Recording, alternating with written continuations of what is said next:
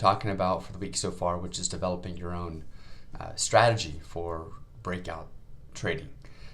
Remember, this week we're talking about breakouts. Next week we'll talk about bounces, and then the following week we'll talk a little bit about a combination, which is a bounce with a breakout strategy attached on various time frames, so you can take advantage of both moves. Get you in a little bit different level, maybe sometimes a little bit better level if you're looking to maximize pullbacks and whatnot, without trying to call that absolute bottom or that absolute top, which we know can be fairly dangerous. So anyway, with that said, market's kind of crazy this morning. We had news yesterday that was a big catalyst in the marketplace, and following yesterday's news, the market had a pretty big move on the futures side.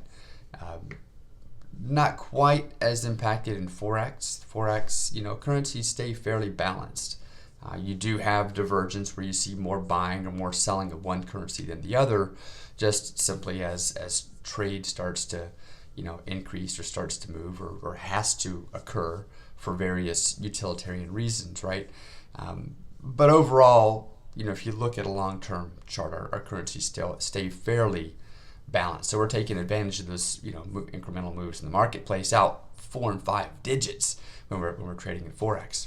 Future side of things, though, definitely getting, into a situation here where our trends, our biases are going to be in kind of reversed order as we take a look at that today. But anyway, the goal here now is to run through the market, look at the various trades and trading opportunities that we've got, and then kind of show you how to put together here in the next 15 to 20 minutes, how to put everything together that we've talked about up to this point here in the week. All right, so let's go ahead and jump into it. I'm going to pop over to, where is it? Let's just make sure I've got the right screen up. Let's go to this screen. Oop, wow, where'd that go? Let's go to this screen, and we will pull up this little guy right here. So what is happening over here? Well, first off, on the Forex side of things, we're looking for our movers, and remember, not just divergence. We look at divergence to identify which currencies we might pair together, but then we also want to utilize some other instruments, and in this case we use indicators like the, I don't know why that didn't paint. That should have had a box painted on here. It's weird. Anyway, I'll look at that in a minute. Strange that this doesn't have my breakout box on it. Anyway, don't want to get too caught up in the fact that that's not there. So we obviously look at, let's use a better example, which is the pound versus the yen anyway. So looking here, we've got pound moving to the weaker side, yen moving to the stronger side. So we've got some divergence occurring there. We can see strong currency, weak currency, but then we're also going to have a look at how things have been moving for the day so far. We look at the current period as it compares to our average range. So we want to make sure that when we're trading something, it still has opportunity to continue to move. A couple things working against us today. We've got a couple of the Euro markets have a holiday today, so we're going to keep that in mind. But also we can see here that the current range has been 150 pips, and our average range is 125 to 140 pips. Even 160 if we look out on the 30-day range. Now yesterday it was very active. We had some big news that created kind of a catalyst in the marketplace. It was very, very active yesterday. But under normal conditions, does it really have an opportunity to move beyond that? Now, it obviously is moving beyond it right now, but how likely is for that move to continue another 20 pips or so? Could it? Absolutely it could, because in order to get an average, you have to have days that are beyond your average, but you also have to have days that are below that average. But on average, it doesn't typically move that far. So we wouldn't really be that interested if we're utilizing, looking at that. Now we also take into account what our volume is saying, and our volume is telling us that we're certainly in a selling situation. So, that divergence that's occurring there could certainly be an opportunity for us. Another one, though, that kind of mimics that pound yen is the pound USD. The pound and the USD often move fairly similarly. Not the pound. The yen and the USD often move fairly similarly. They're very correlated currencies. So if we look here to the pound and the USD, they've been fairly flat, but now they're diverging here over the shorter term. They're starting to move apart from one another. If we look at the pound USD, that currency, it's moved 84 pips for the day so far, which is down to here. It had moved 70 something when I first looked at it. But the average is 120 to 100, 5-day 120, 15-day 120, 30-day 160 because it was factoring in some larger moves from that huge volatility we were having when shutdowns first started occurring with the coronavirus. But under regular conditions, 80 pips on an average of 120, that's got opportunity for us. Now, does it mean it'll continue? No, nothing means anything. There's no guarantees that it's going to continue doing anything. But it is a good opportunity for us, for potential continued movement. There's more potential here than there is in something that's already exceeded its range. So I like that one. I went ahead and as you can see, I had a sell order on at the bottom of that, at the bottom of this box, and it's moved through it. We'll see if that divergence continues with the USD continuing to move stronger and the pound continuing to move weaker. If it does, which our volume is indicating that it will as well, if it does continue with this trend, then it will continue to move in our favor and potentially ratchet off more risk and maybe even lock in profit at some point. Right now, it did move in our favor as it broke through the bottom of that box, which is why it's taken off some of the risk initially anyway. So, you have 1% risk on, and at this point, my risk has gone from 1% to about 0.8%. Just doing quick back of the napkin math over here, maybe 0.7%. But every pip it moves in our favor, it ratchets off. So if it moves on down that 20 pips, it locks in the 20 pips of profit, and we're good to go there. So that's one way of looking at things from a breakout perspective over on the Forex. Now, if we go over into our futures market over here, we've got a little different story that we're looking at, right? Got a little different story over here. Here, because this is a fully speculative market, we are looking at things a different way. I use support and resistance. I use my trend lines for bias, which I use my trend lines for bias in Forex as well. I look for a trend, and then I look for volume detail as well.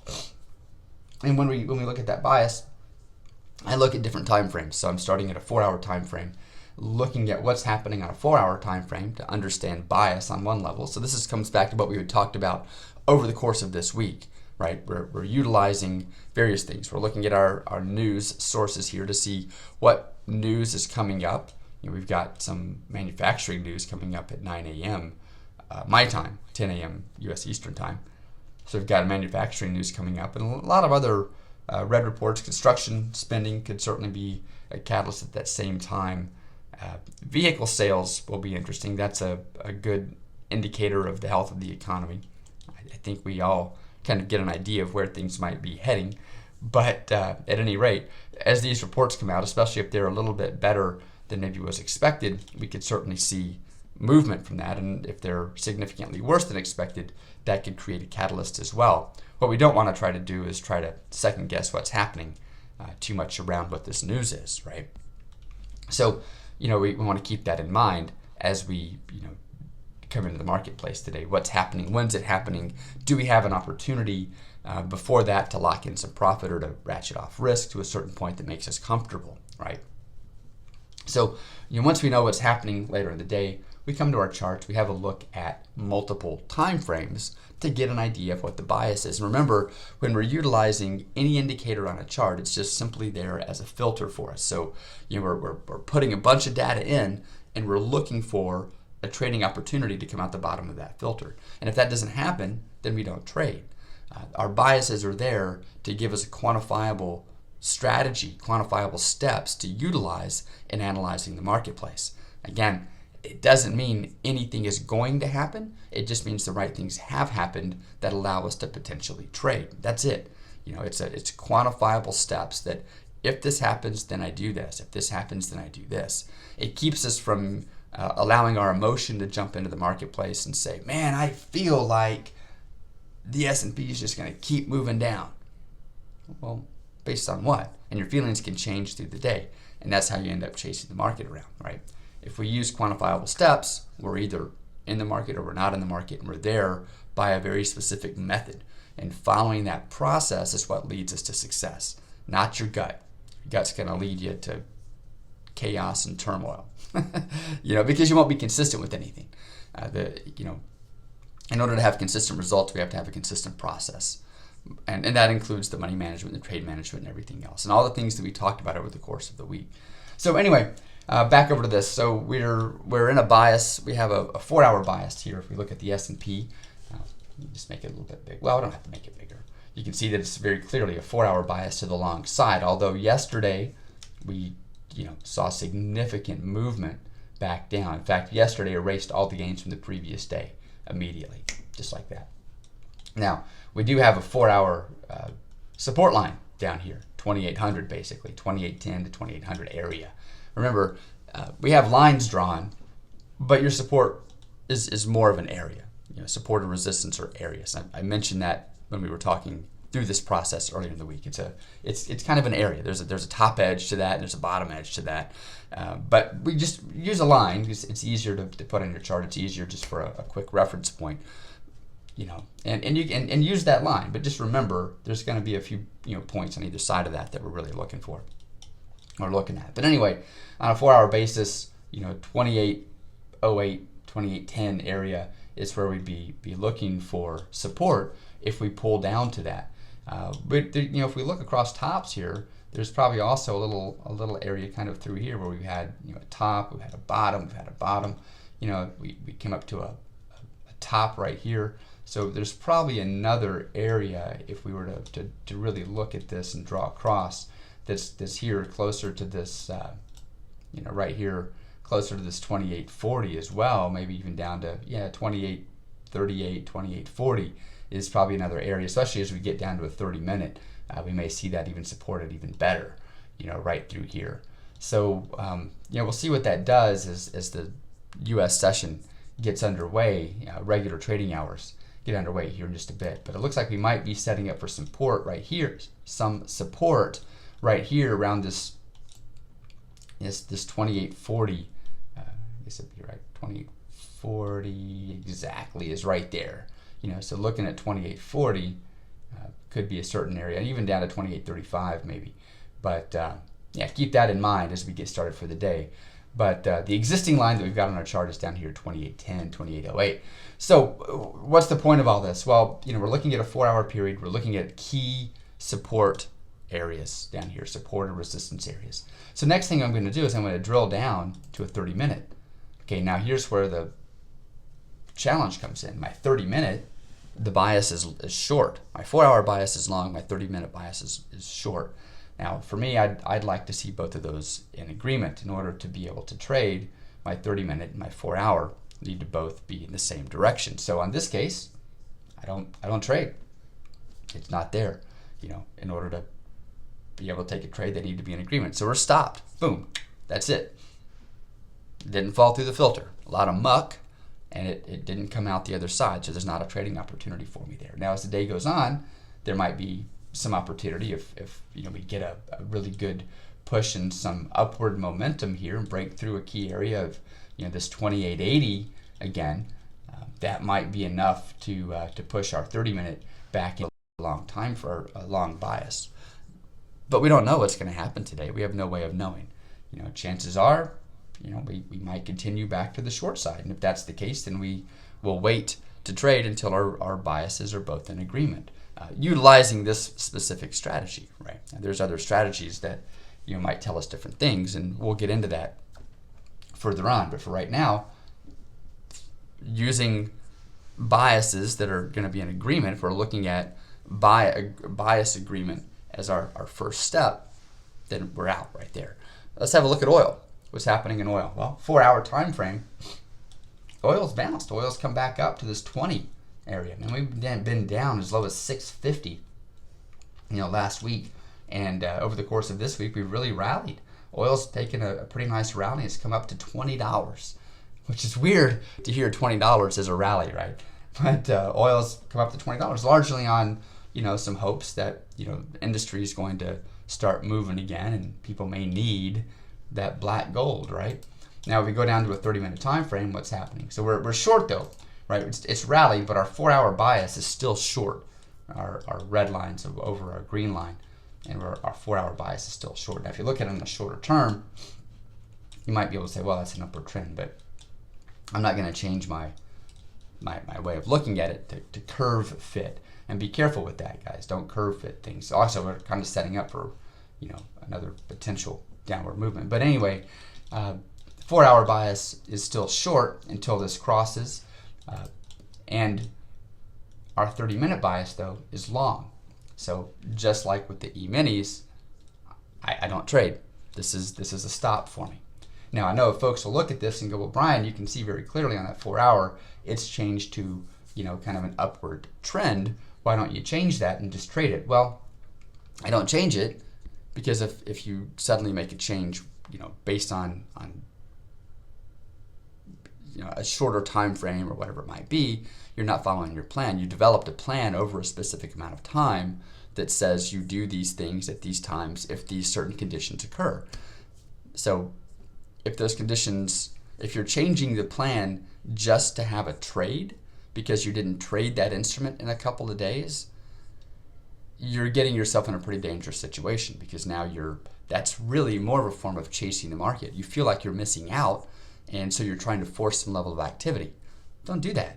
You set up a plan, you back tested a plan, you've created a solid system of a good breadth of data. You've captured a large volume of data to create your plan. You've back tested it, you forward tested it, and you said, here's how I'm going to approach the market. If suddenly you've done that over a 300 trade period, and now something's happening in the marketplace, and the market's kind of mixed up, and you haven't traded an instrument in a week, and you go, God, I'm missing out, I need to change. I can see right here that this is different, so I'm going to change my criteria. Well, now you're no longer being consistent. And ultimately, in order to do that, you'd almost really have to do that whole exercise again to see what that change in your criteria does. Maybe it's a great change. Maybe it's something that you missed that you're seeing now that gives you more opportunity to trade. But if you make the change without testing it, you're no better than jumping from system to system to system to system to method to method to method to method, and you're not going to get consistent results. Remember, if you haven't been consistent up to this point, you've been struggling and trading up to this point, you have to look at what's driven you there. And what's driven you there is more than likely the need to keep changing your trading method. More than likely, something's leading you to do that. It's a fear of missing out. It's, well, it's probably what it is. It's a fear of missing out. It's probably a fear that, the market's changing without you and you're missing something. Believe me, you're not missing anything. The market's going to be the market, and it's going to be there no matter what happens in all this chaos. The market's still going to be there. So don't change your plan to try to curve fit what is happening, right? All right, so over to gold. What's happening in gold? Kind of the same thing. Gold has been, 4 hours, been an upward trend. It's just now to the point where it's crossing, and kind of depending on how this next candle closes, we may be in a downward trend in gold. Now that one, if it does close down, my little green is just peaking below my red here. That could be a downward trend in gold. That's just starting again. If we go to the 30-minute, it's definitely looking down. We've got key point of resistance up here now at 1700. Remember, 1700 had been on our radar for quite a few weeks now. That was a key area. We had a lot of trouble breaking above 1700, and yesterday just really with the big sell-off in the S&P and Dow and everything else, right? NASDAQ, everything sold off yesterday. Gold came down as well. Now this could be, it's interesting because gold typically moves inversely to our indexes, right? So this selling of gold could simply be, coming out of contracts here in order to cover short on, cover our trades and other instruments, right? So it's interesting to see what'll happen. But downward trend, right? Looking at bias, 4 hours down, 30-minute is down. So we can look at this a couple of different ways. We have, if it pulls back to 1700, we could look at that. But of course, we're not looking for that. We're looking at breakouts right now. So looking at breakouts, we've kind of set up down here. There's two spots, 1690, which we're already below, and then there's 1680 right here, where we've set up as a bottom in off hours, right? So 1680, 1675. 1675 down here, 1677, definitely our lows of the day. So if we break below that, that would be the spot we'd be looking for a breakout trade. So we'd want this to see, we'd want to see if gold can move below and break below 1670, 1680, 1675. And that would allow us to go short. So that's kind of the whole thing. And then at that point, where do we set our stop loss? Where do we set our take profit? Well, if we're going to short from 1675, we'd want to look at quantifiably what is the typical range of these of gold. How much does it typically move? And in a way to do that, we can add a study to it. We can go over here and we can add a study or an indicator, depending on what you're looking at. And you can just look at your average true range and get an idea, of how much this typically moves. If we look through peak hours of the day, every day, it's about 6 points. Just on average, it's about 6 points during the peak trading hours that it moves. So we'd set a stop loss that's 6 points above our entry. So if we're entering, down here at 1680. We would set a stop loss at 1686, and then we'd look at a take profit at 8 to 12. At 12 to 18 points down below it. So we'd look at multipliers of at least 2 to 3 times what that typical, what our stop loss is set at, and that's how we'd set up this trade and take that trading opportunity if it occurs. Now, the beauty of this is you'd have a pending trade down here. If things reverse and gold, starts to rally again and goes back into, its previous trend up, then it never fills you and you move on.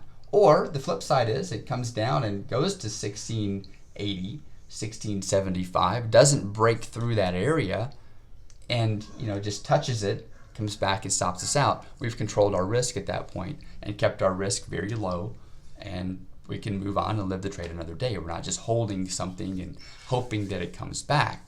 We're taking advantage of the market using quantifiable steps, things that are quantifiable. We know when to enter because we've got biases that we've set up. We've got support or resistance areas that we're looking for breaks of, and then we've got a quantifiable way to measure where we're putting our stop loss and where we're putting our take profit at that point. So that's the whole trading method kind of run through in one fell swoop. Not really a lot else to do at that point. Let's see what's happening over here. Pound USD still going. I haven't talked about crypto in a while, and I've still got a couple of minutes, so let me pop over here and have a look at that. I think it's this screen. Yeah. So crypto's continued to rally a bit. We did have a sell-off coming into yesterday over the course of early morning for me here in the U.S. Early yesterday morning, it sold off quite a bit, but still ripping to the long side on both Bitcoin and Ethereum. ETH broke that 207 barrier that we had back here, just cut through it, but did come back and retest it. And it's been hovering around this area, finally bounced off of it, and we're looking to go long again. The next spot we'd be looking for is 220 up here. So if Ethereum can break 220, that'd be the next spot that we'd look at potential buy opportunities. Bitcoin, 9,000 is a big number over here in Bitcoin. It did break through it, and we've been struggling down here between 8,800 and 8,600. The next spot to break really is 9,000. So if we can break 9,000, that'd be our next spot to look at potentially taking that as a continuation of long. Crystalbot, it's because Ethereum is rallying and pulling back some of its losses that it experienced back here earlier in the year. It's certainly continuing to move, and it's pulling back some of the losses that it experienced. So I'm actually at a point where I'm going to start pulling some money out of this account again, and I'm going to put it into a different trading bot that the same guy that runs Crystalbot has another bot as well, that an automated trading program, I guess I should say. So I'm going to pull it out of there and put that into another one just to continue to diversify and try to maximize on opportunities there. So anyway, that is it. I'm going to end it here. We've run through pretty much everything that we needed to go through to get us going for the morning.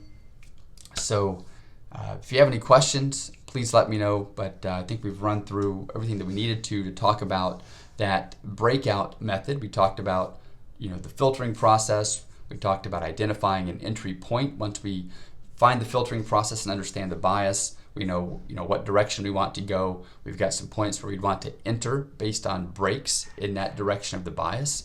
We talked about how to manage our risk, how to manage our take profit point.